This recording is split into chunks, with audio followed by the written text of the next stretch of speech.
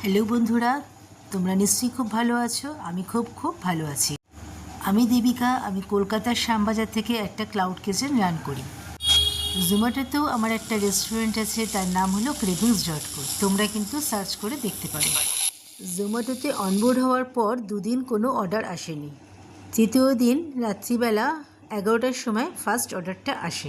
এরপর প্রায় একদিন বাদ দিয়ে ওরকমই রাত্রিবেলা একদিন 2:30টার সময়, একদিন ভোর 4:30টার সময় অর্ডার এসেছিল। এই 3 দিনই আমার কাছে অর্ডার এসেছে। ফার্স্ট অর্ডারে কাস্টমার কোনো রেটিং দেয়নি, কিন্তু তারপরের দুটো অর্ডারে আমি 5 স্টার আর 4 স্টার পেয়েছি।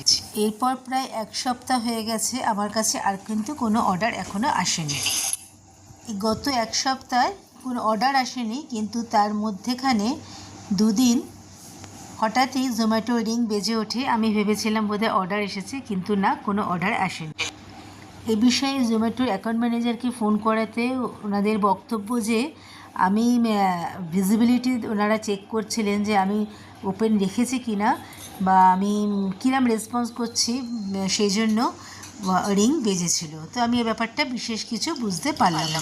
যাই হোক, রিং বাজলো কিন্তু অর্ডার আসেনি, তার জন্য আমার বেশ মনটা খারাপই হয়ে গেছিলো। দেখা যাক এরপর কি হয়। আমার কিন্তু জোম্যাটোর ওপর 50% অফার দেওয়াই আছে, তবু ওনাদের বক্তব্য যে এই অফারটা লাগান, ওই অফারটা লাগান। কিন্তু কাস্টমার যদি আমার রেস্টুরেন্ট নাই দেখতে পায়, মানে আমার রেস্টুরেন্টকে জোম্যাটো যদি তার ওপরের দিকে নাই শো করায়, তাহলে কাস্টমার কী করে আমার অফারটাই বা দেখবে, আর কী করেই বা আমাকে অর্ডার করবে। কদিনে আমি এটা বুঝতে পেরেছি মার্কেটিংটা আমাকেই করতে হবে। তো দেখা যাক কীভাবে কি মার্কেটিং করি। তো চেষ্টা করছি, আগে কি করি সেটা নিশ্চয়ই আপনাদের জানাবো। এই মুহূর্তে আমার কিন্তু জোম্যাটোতে বিশেষ কিছু মেনু রাখা নেই, খুব কম সংখ্যক মেনু রাখা আছে। কারণ এখন যেহেতু সেল অত হবে না, তাহলে আমার জিনিসপত্র অনেক নষ্ট হবে।